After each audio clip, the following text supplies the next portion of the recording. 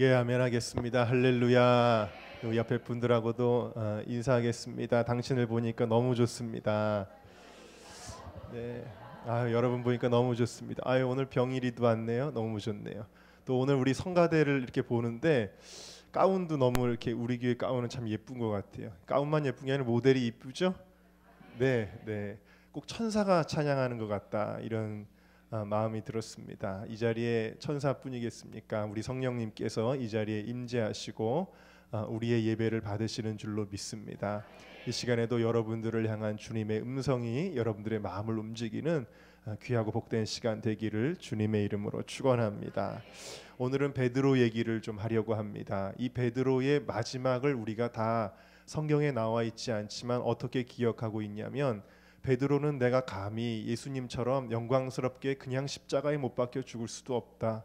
나를 십자가에 매달되 거꾸로 매달아 달라. 그렇게 순교한 것으로 우리는 잘 알고 있습니다. 그렇죠? 성경에는 안 나와 있지만 다른 여러 가지 기록이나 구전을 통해 우리가 그렇게 알고 있는데요. 어떻게 베드로는 그렇게 하나님 앞에 아름답게 순교하며 자신의 삶을 드릴 수 있었을까, 이렇게 생각을 하게 되는데요. 원래 베드로는 그렇게 할 수 있는 사람이 아닙니다. 베드로는 저와 여러분과 똑같은 정서를 가진 연약한 인생에 불과했습니다. 왜냐하면 그도 목숨 때문에 예수님 버렸거든요. 그도 목숨 때문에 예수님 가장 사랑하는 제자였음에도 불구하고, 또 자기도 예수님 너는 목숨을 버릴지언정 주를 떠나지 않을 것입니다라고 그렇게 굳게 결단했었음에도 불구하고, 어린아이가 저 사람도 갈릴리 사람이고 예수님을 따라다니는 사람이야 라고 이야기할 때, 무슨 소리야, 나는 몰라. 그 다음에 성경에 기록되어져 있지 않지만 예수님을 따르지 않았다라는 것을 증명해 보려고 막 욕하고 저주까지 했다. 그랬던 사람이라는 거예요. 그때 그의 마음을 사단이 들어가서 낙심시키려고 했을 것입니다. 네가 무슨 예수님의 제자냐? 네가 무슨 구원받는 사람이냐? 네가 무슨 예수님의 사랑을 받을 자격이 있느냐? 아마 그렇게 낙심시켰을 거예요. 그래서 베드로가 고향으로 돌아간 거예요. 나중에 예수님 부활하셨어. 예수님 부활하셨어. 그 놀라운 기쁨의 소식을 들었지만, 내가 무슨 예수님을 만날 자격이 있어? 내가 무슨 자격으로 예수님을 또 따라다녀? 아니야, 난 이제 끝났어. 내 인생은 이대로 끝이야. 그리고 베드로도 그 연약함 가운데 절망하면서 그냥 인생을 초라하게 마무리했을 사람이 바로 베드로였다라는 거예요. 그런데 오늘 우리가 읽었던 이 사건은 베드로를 다시 일어나게 합니다. 이 베드로로 하여금 더 뜨겁게 주님을 따라가게 만들고 심지어는 죽음의 자리까지 담대함으로 나아가게 한 것입니다. 과연 무엇 때문일까 하는 것을 오늘 이 사건을 통해서 여러분들과 세 가지를 함께 나누도록 하겠습니다. 첫 번째로 우리 함께 따라할까요? 용서받은 자의 감격. 베드로가 예수님을 처음 만났을 때요, 뭐 하고 있었냐면 고기 잡고 있었는데 고기 밤새도록 한 마리도 못 잡았습니다. 오늘 말씀하고 똑같은 사건이에요. 근데 예수님이 베드로를 부르셨을 때 베드로가 제일 먼저 예수님께 했던 이야기가 말이 뭐냐면, 주여 나는 죄인이로소이다, 나를 떠나소서였어요. 그랬더니 예수님이 그래 넌 죄인이니 떠날게 하고 떠나셨습니까? 아니죠. 내가 너를 사람을 낚는 어부가 되게 하겠다 하고 오히려 예수님이 그를 부르셨어요. 자신의 죄인됨을 알고 있는 베드로를 오히려 주님은 귀하게 여기셨다라는 것을 우리가 알 수 있는데요. 자, 오늘 말씀의 베드로의 마음의 상태는 무엇이냐? 죄책감이 가득한 겁니다. 내가 예수님을 버렸어. 내가 예수님을 배신했어. 나를 그렇게 사랑해 주셨던 예수님인데, 나를 그렇게 특별하게 생각해 주셨던 예수님인데 내가 그 예수님을 욕하고 저주했어. 그 죄책감이 말할 수 없이 베드로를 괴롭게 했을 거예요. 왜냐하면 새벽 닭이 울었을 때 벌써 베드로는 통곡하며 울었다 그랬잖아요. 그러니까 베드로는 날마다 울은 거예요. 날마다 괴로워한 것입니다. 이런 죄책감을 가지고 도망간 거예요. 여러분, 꼭 죄책감이라고 해서 꼭 나쁜 것은 아닌 것 같아요. 왜 그러냐면 이 죄책감이야말로 예수님의 은혜를 깨닫게 하는 은혜가 되어집니다. 그러니까 자기의 죄를 깨닫지 못하는 사람은 하나님이 주시는 은혜가 귀한 것을 모른다는 것이죠. 내가 배고프지 않으면 누군가 주는 빵이 귀한 것을 모릅니다. 내가 춥지 않으면 누군가가 주는 옷이 귀한 것을 모릅니다. 내가 죄인됨을 깨닫지 못하면 주님의 십자가 보혈의 은혜가 얼마나 귀하고 복된 것인지를 깨닫지를 못하지요. 그래서 예수님을 따랐던 많은 사람들은 다 죄인됨을 깨달았던 사람들이에요. 여러분, 예수님께서 누가복음 18장에 보여주신 한 장면입니다. 바리새인은 서서 주여 나는 이렇게 의롭게 살게 해주시니 감사합니다. 나는 저 세리처럼 살지 않게 해주시니 감사합니다. 세리는 땅을 치며 가슴을 치며 주여 나는 죄인입니다. 나를 불쌍히 여기소서. 나를 긍휼히 여기소서. 예수님 뭐라 그러셨냐면 이 세리를 가리켜 이 사람이 저보다 의롭다 하심을 받고 집에 내려갔느니라. 무릇 자기를 높이는 자는 낮아지고 자기를 낮추는 자는 높아지리라. 예수님이 은혜는 누구에게 임했냐면 가슴 치며 나는 죄인입니다 하는 사람에게 은혜가 임했어요. 그런 사람들, 예수님을 따라간 사람들은 바리새인이 아니었습니다. 세리와 창기와 죄인들이었습니다. 이런 사람들이 용서받은 감격을 가지고 예수님을 따라다녔습니다. 누가복음 7장에 보니까 예수님이 한 바리새인과 식사를 하시는데요. 한 여인이 기어서 예수님 발밑에까지 왔어요. 그러더니 머리를 풀어 헤치고 거기다가 향유를 그 향유를 붓고요. 그리고 눈물을 흘리면서 예수님의 발을 닦습니다. 그리고 이 여인이 그렇게 한 이유에 대해서 예수님이 뭐라고 말씀하시냐면 저의 많은 죄가 사하여졌도다. 이는 저의 사랑함이 많음이라. 사함을 받은 일이 적은 자는 적게 사랑하느니라 그랬어요.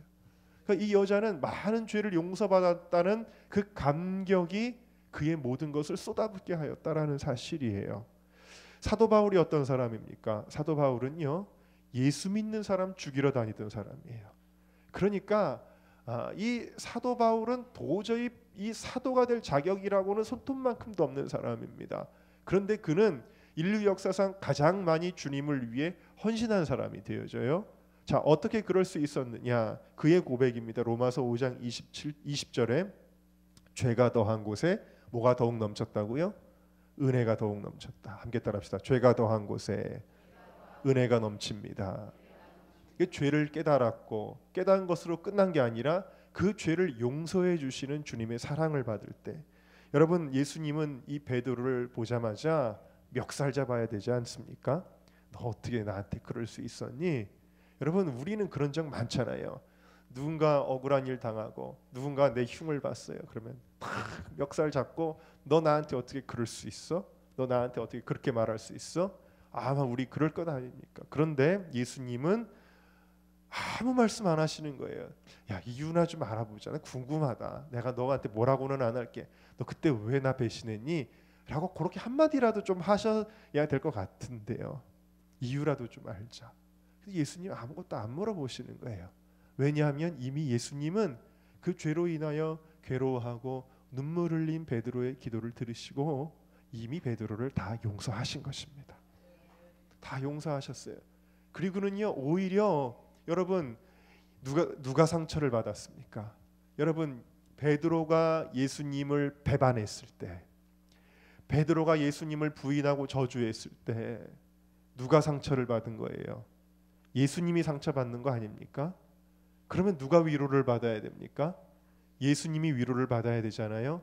근데 거꾸로 예수님이 베드로를 위로해 주시는 거예요. 친히 조반을 나눠서 생선을 잡게 하셔가지고 그거를 함께 나누시면서 그렇게 베드로를 위로해 주시는 것입니다. 여러분, 우리가 너무 율법적으로 생각하지 않았으면 좋겠어요. 어떤 사람이 죄를 지었습니다. 하나님을 떠났습니다. 그래서 주님 앞에 이제 막 매맞고 힘없이 돼서 천부여 의지 없어서 돌아올 때에 여러분, 우리가 그런 생각하지만 안 돼요.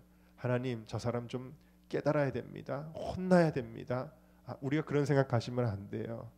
여러분, 예수님은 어떻게 하시냐면요, 내가 잘못해가지고 내가 힘든 건데 분명히 내가 불순종하고 내가 하나님 말씀대로 살지 않고 내가 주님 뜻대로 살지 않고 내가 교만해서 그래서 내가 힘들고 내가 매맞고 내가 고난당하는 건데, 그런데도 불구하고 예수님은 그런 우리들을 주님이 위로해 주세요. 네가 얼마나 힘드니? 너가 얼마나 아프니? 괜찮아, 괜찮아, 다 괜찮아. 주님이 그렇게 우리를 위로해 주신다는 거예요. 여러분 그거 경험하고 사십니다. 언제 경험하면 여러분 자녀를 키울 때, 저는 자녀를 안 키워봤어도 조카들 보니까 그렇게 하더라고요. 부모가요 자식들이 잘못하면은 야단치죠. 그럼 자식이 울어요. 애기들이 울어요. 막 5-6살짜리들은 야단 맞다가 웁니다. 울면은 그거 실컷 울게 내버려둬야 되잖아요. 왜? 자기가 잘못해가지고 혼난 거니까. 근데 어떻게 해요? 엄마가 가가지고 안아줘요. 아니야 괜찮아 안아줘요. 아빠가 안아줘요. 여러분 이게 바로 우리가 주님께 받은 사랑인 줄로 믿습니다.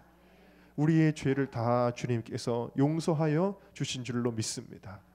여러분 해결되지 않는 죄는 우리에게 고통을 줘요. 만약에 베드로가 예수님을 끝까지 피했다면 베드로는 영원히 고통받았을 것입니다. 그러나 용서받은 자의 감격은 말로 형용할 수가 없습니다. 제가 오히려 나이를 먹고 그때 그 감격을 기억을 못하겠어요. 오히려 죄는 어른이 돼서 훨씬 더 많이 진 것 같은데, 제가 중학교 때 고등학교 때 이럴 때 항상 기도회를 갈 때 학생들이 항상 기도회가 있었습니다. 뭐 선생님이 모이자 그래서 하는 것도 아니고 그 당시에는 그냥 아이들끼리도 이렇게 기도하는 시간들이 있었어요. 근데 기도회를 갈 때는 무거운 마음으로 갑니다. 가기 싫다, 귀찮다. 근데 가면 은혜를 받아요. 근데 특별히 뭐가 그렇게 은혜가 되냐면 그때 무슨 죄를 그렇게 지었다고요? 죄를 용서받으면 그렇게 기쁜 거예요. 하나님이 나의 죄를 용서해 주셨어.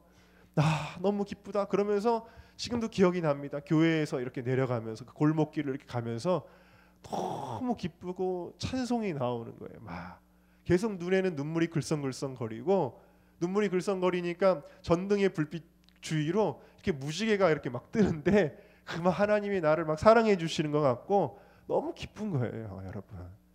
여러분 혹시 오늘 여러분들의 마음 가운데 죄의 문제가 있습니까? 죄로 인한 아픔이나 고통이 있습니까? 예수님께서 여러분들의 죄를 십자가의 보혈로 사해 주십니다. 여러분들이 주님 앞에 내가 죄인입니다 고백할 때 주님이 여러분들의 죄를 다 없애 주십니다. 그 감격이 여러분들 가운데 있기를 주님의 이름으로 축원합니다. 여러분 잘 아시는 찬송, 나 같은 죄인 살리신, 이 찬송은 어떤 훌륭한 목사님이 지은 찬송이 아니었습니다. 물론 나중에 목사님이 됐지만 이 찬송은 어떤 사람이 지었냐면 옛날에 영국에서 노예를 아프리카에서 잡아다가 그래가지고 배에다가 싣고는 납치를 한 거나 다름없어요. 그리고는 백인들한테 파는 일을 했던 노예선의 선장 존 뉴턴이라고 하는 사람이 지은 찬송이에요. 이 사람은 아주 나쁜 짓을 한 거예요. 왜 그렇습니까? 여러분 갑자기 여러분의 자녀가 어디 납치되면 기가 막히지 않습니다. 남편이 사라지면 기가 막힌 거 아니에요? 아내가 사라지면 기가 막힌 게 아니에요? 여러분 똑같은 우리와 똑같은 정서와 사랑의 관계를 가지고 살아가는 한 인생을 그냥 잡아다가 그것도 노예로 멀리 이국 만리에다가 팔아버리는 사람이니 이것보다 나쁜 죄가 어디가 있겠습니까? 근데 그가 노예선을 이렇게 운행을 하다가 큰 풍랑을 만났어요. 그 큰 풍랑을 만나서 배가 깨집니다. 그가 물에 빠지게 되어져요.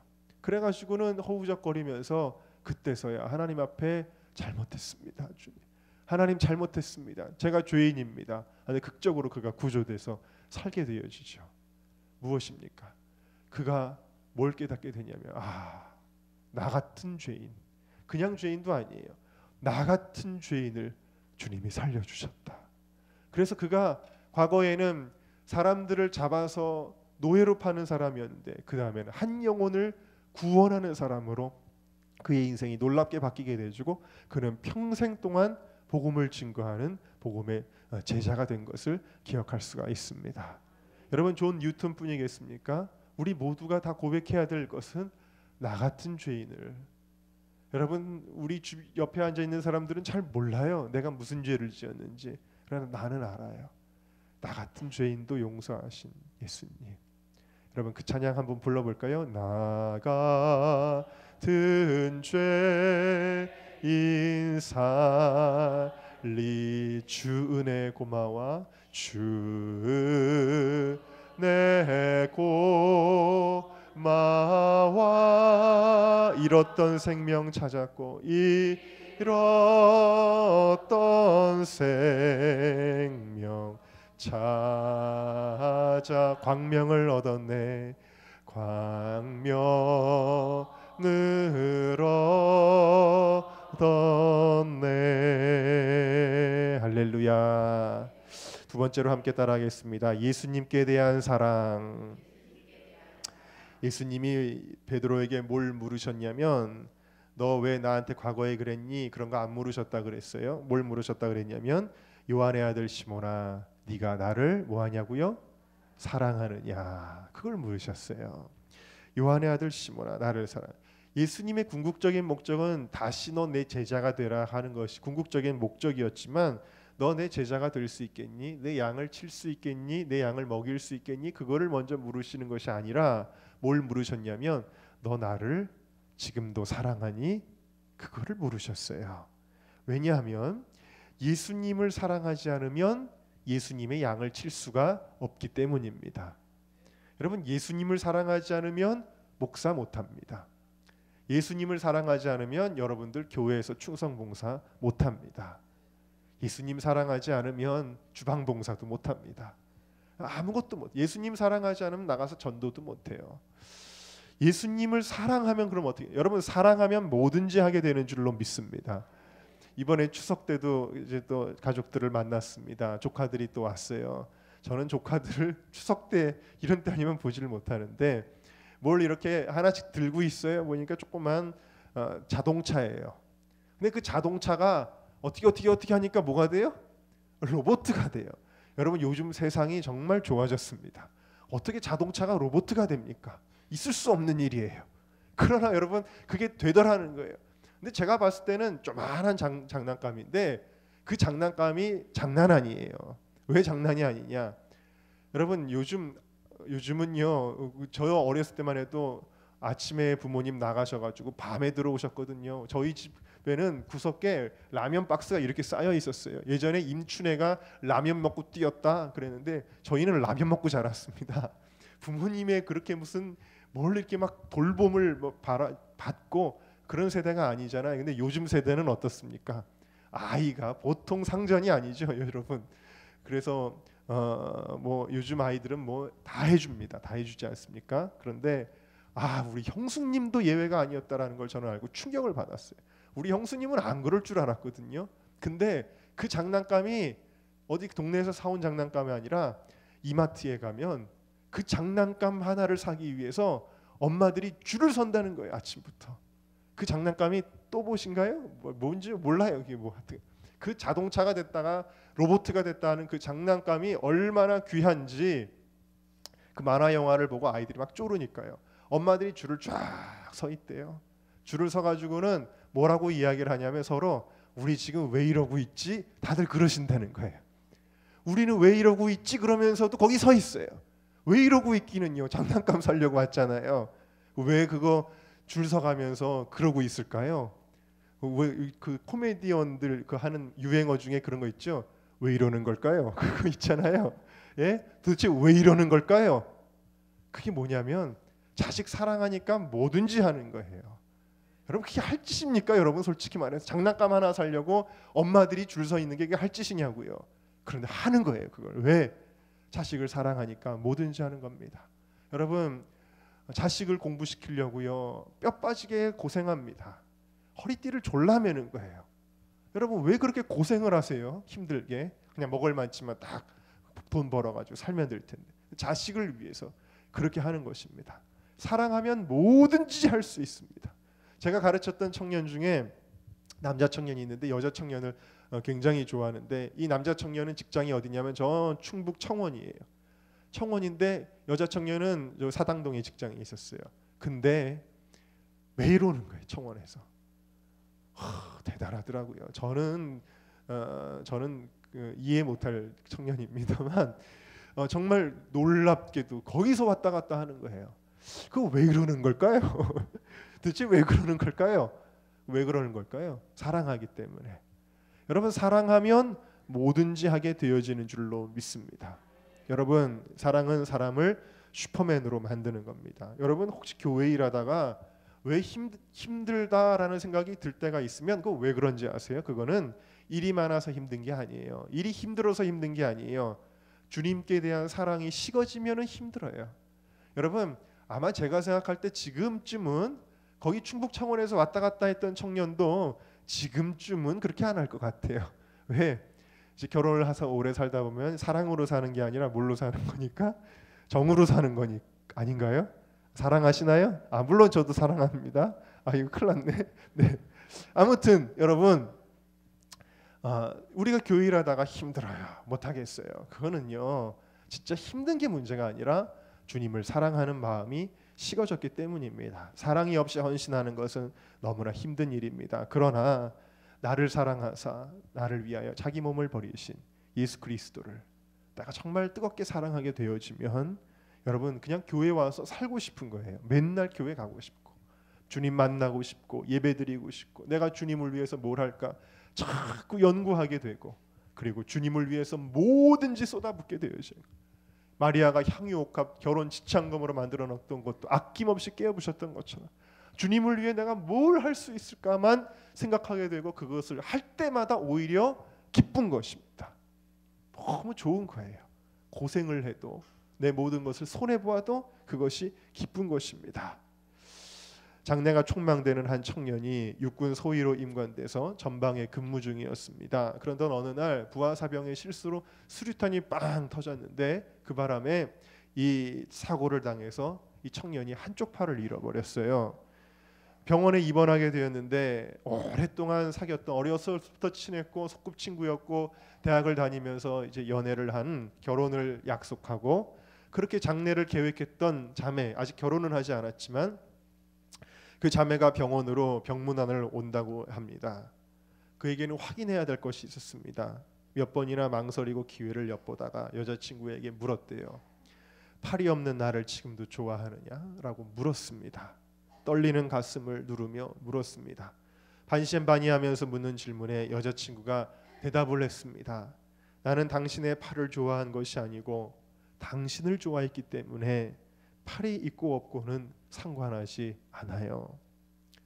여자친구는 그때부터 병원 근방에다 방을 얻어놓고 극진하게 이 청년을 간호했습니다. 그렇게 간호를 계속하고 했는데 그러나 이 여자친구의 아버지는 그게 마음에 꺼림직했습니다. 그게 아니었어요. 평생 동안 한 팔이 없는 남자와 산다고 하니까 기가 막힌 거예요. 그래서 딸한테 아직 우리 결혼한 것도 아니니까 안 된다. 너 네 인생 찾아가야 된다. 동정심으로 그렇게 하는 거 아니다. 이렇게 이야기를 했습니다. 그때 그 딸이 아버지에게 이렇게 질문을 했다 그래요. 그래서는 안 되지만 만약에 아버지가 한 팔을 잃으신다면 엄마가 아빠를 떠나는 게 옳다고 생각하세요? 그 말에 그 아버지도 딸의 뜻을 거역할 수가 없었습니다. 그래서 그 남자와 사귀는 것을 허락하게 되었고 결혼까지 허락하게 되었어요. 이 청년은 제대해서 한 팔이 없는 것만큼 더 큰 노력을 합니다. 린스와 샴푸를 합쳐야 되겠다. 아마 팔이 없으니까 불편해서 그런 생각도 하게 됐겠죠. 린스와 샴푸를 합친 효과를 내는 하나로라고 하는 샴푸를 개발하게 됩니다. 그리고 20세부터 80세까지 함께 쓰는 치약 뭐죠? 2080 치약을 개발하고 그 다음에 영상 통화를 가능하게 하는 우리가 뭐 요즘에는 다 있습니다만 영상 통화를 가능하게 하는 앱을 개발하는 업적을 세워서 한 통신사의 부사장이 되게 됩니다. 그가 바로 누구냐면 전에 KTF 부사장을 지낸 조서환 씨, 애경산업을 이사를 지냈던 조서환 씨라고 하는 사람의 이야기입니다. 그의 수기를 보면 그가 어려움을 당했을 때의 이야기가 일기로 쫙 기록이 되어져 있는데요. 제가 한 부분을 발췌해서 여러분들에게 읽어드리겠습니다. 입원해 있는데 그 사람이 너무나 그리웠다. 그렇지만 머리와 팔의 붕대를 칭칭 감은 모습을 보이려니 덜컥 겁이 났다. 한 손이 없는 상태로 그녀를 어떻게 만날지 걱정이 태산이었다. 머릿속에 세 가지 시나리오가 그려졌다. 첫째, 나를 본 순간 놀라 도망칠 것이다. 둘째, 이게 웬 날벼락이냐며 엉엉 울 것이다. 셋째, 기가 막혀 멍하니 서 있을 것이다. 하지만 어떤 반응을 보이든 내 가슴이 미어질 것만은 확실했다. 그녀가 왔을 때 내 왼손엔 링거가 꽂혀 있고 오른팔은 붕대로 감겨 있었다. 양손을 쓸 수 없어 어머니가 떠주는 밥을 먹고 있었다. 고향 뒷산에 흐드러지게 핀 산도라지 꽃색의 코트를 입은 하얀 얼굴의 그녀가 통합병원 문을 열고 들어섰는데 그 모습이 눈부시게 예뻤다. 그런 그녀가 날 본 뒤 아무 말 못하고 우두커니 서 있는데 가슴이 미어졌다. 세 번째 시나리오가 맞았다. 병실안 분위기가 갑자기 어색해졌다. 어머니는 밥을 먹여주다 멈췄고 병실에 있던 사람들도 모두 이야기하라며 자리를 피했다. 아직도 나를 사랑하는지 묻고 싶었다. 하지만 자존심 탓에 입이 떨어지지 않았다. 자존심보다 더한 것은 두려움이었다. 만일 나를 사랑하지 않는다고 하면 어쩌나. 나는 아무 말 못하고 그저 입을 굳게 다문 채 그녀를 쳐다보고만 있었다. 그 사람은 여전히 우두커니 바라보기만 했다. 날 사랑하느냐고 묻고 싶다가도 다른 사람에게 보내줘야 하는데 누가 나만큼 사랑해 줄까라는 생각이 들기도 했다. 말없이 바라만 보기를 30분째 용기를 내어 겨우 입을 열었다. 아직도 나 사랑해? 그 사람은 말없이 고개를 2번 끄덕였다. 지금도 그 모습을 잊지 못한다. 아니 앞으로도 영원히 잊지 못할 것이다. 고개를 끄덕이는 모습이 얼마나 예쁜지 천사 같았다. 세상을 다 얻어도 이보다 기쁠까? 불행의 깊이만큼 행복을 느낀다고 하지만 정말 그때 느꼈던 행복은 말로 다 표현할 수 없을 정도였다. 하지만 이내 이런 생각이 들었다. 왼손만 가지고 이 예쁜 사람을 행복하게 해줄 수 없을 텐데 이건 너무 이기적이야. 진짜 사랑한다면 그만 보내줘야 한다. 나는 얼굴 봤으면 이걸로 끝내자는 마음에 없는 말을 했다. 그러자 아내가 울먹이는 목소리로 말했다. 지금까진 당신에게 내가 필요 없었는지 몰라요. 그런데 지금부턴 당신 곁에 내가 있어야 해요. 이 말을 듣자마자 어떻게든 그녀를 행복하게 해주겠다는 생각이 가슴 깊은 곳에서 큰 파도처럼 밀려 닥쳤다. 그때부터 내 안에 잠들어 있던 불굴의 거인이 깨어났다. 모태신앙인 아내는 날 위해 매일 새벽 기도를 했고 나는 링거를 꽂은 왼손으로 글씨 연습을 했다. 항상 아내는 내가 뭐든지 할 수 있다며 격려와 지지를 보냈고 이후 아내는 내 인생의 목표가 되었다. 그랬어요. 여러분, 이 아내의 사랑이 꼭 주님께서 우리에게 베푸신 사랑 같지 않습니까? 우리에게 무슨 자격이 있나요?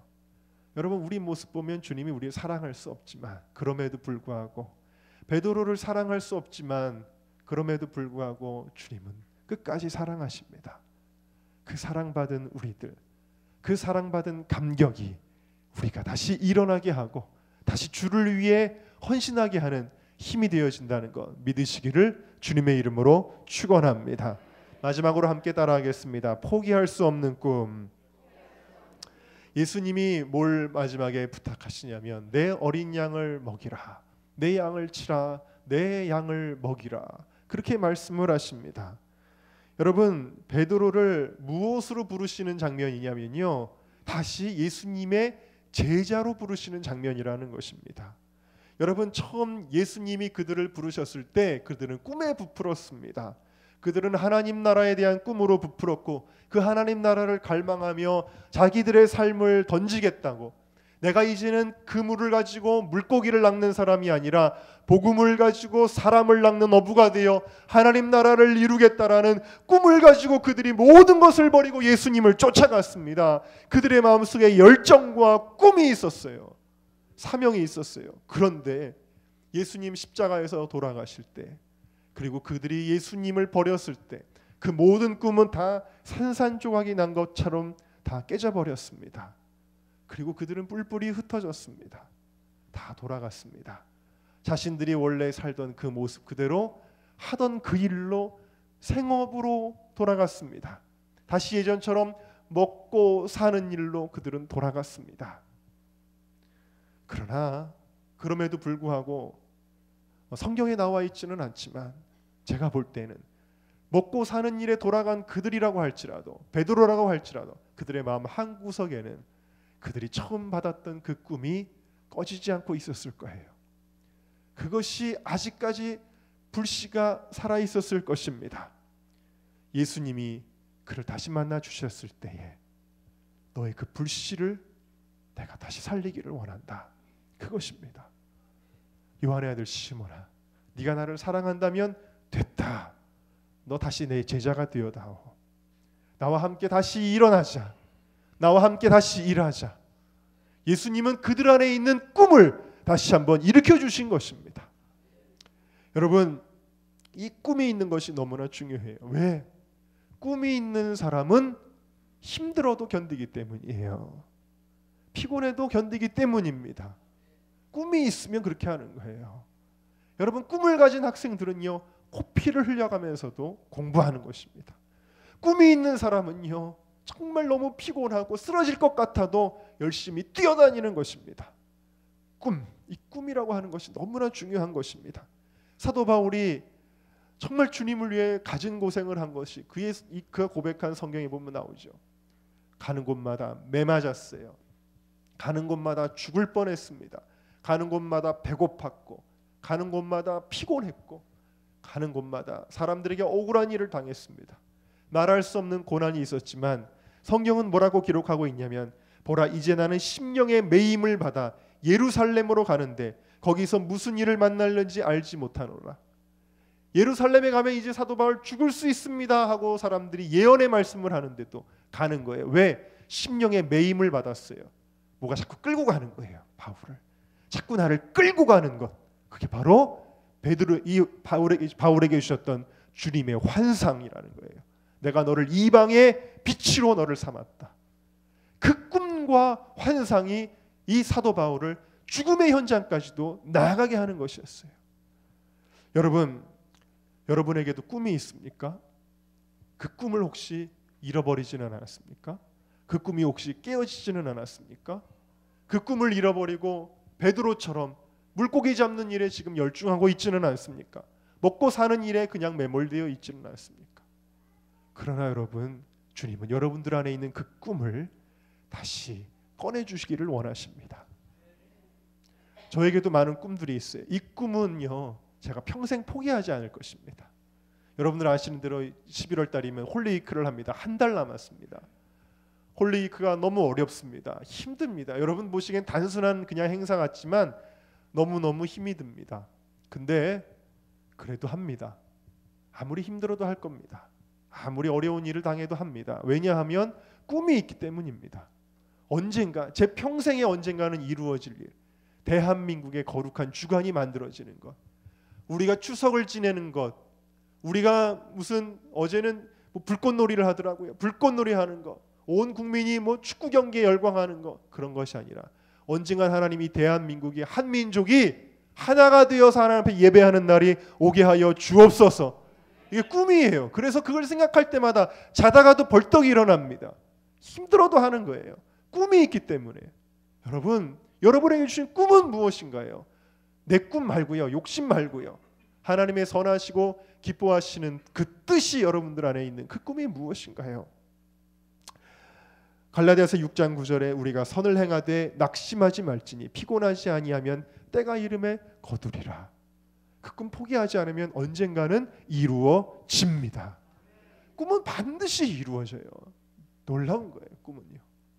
여러분들이 꿈을 안 믿으면 안 이루어집니다. 그 꿈을 하나님의 제단 위에 올려놓지 않으면 내가 이룰 수 없기 때문에, 주님이 하셔야 되기 때문에 그거 안 이루어지지만 여러분 포기하지 않으면 반드시 이루어집니다.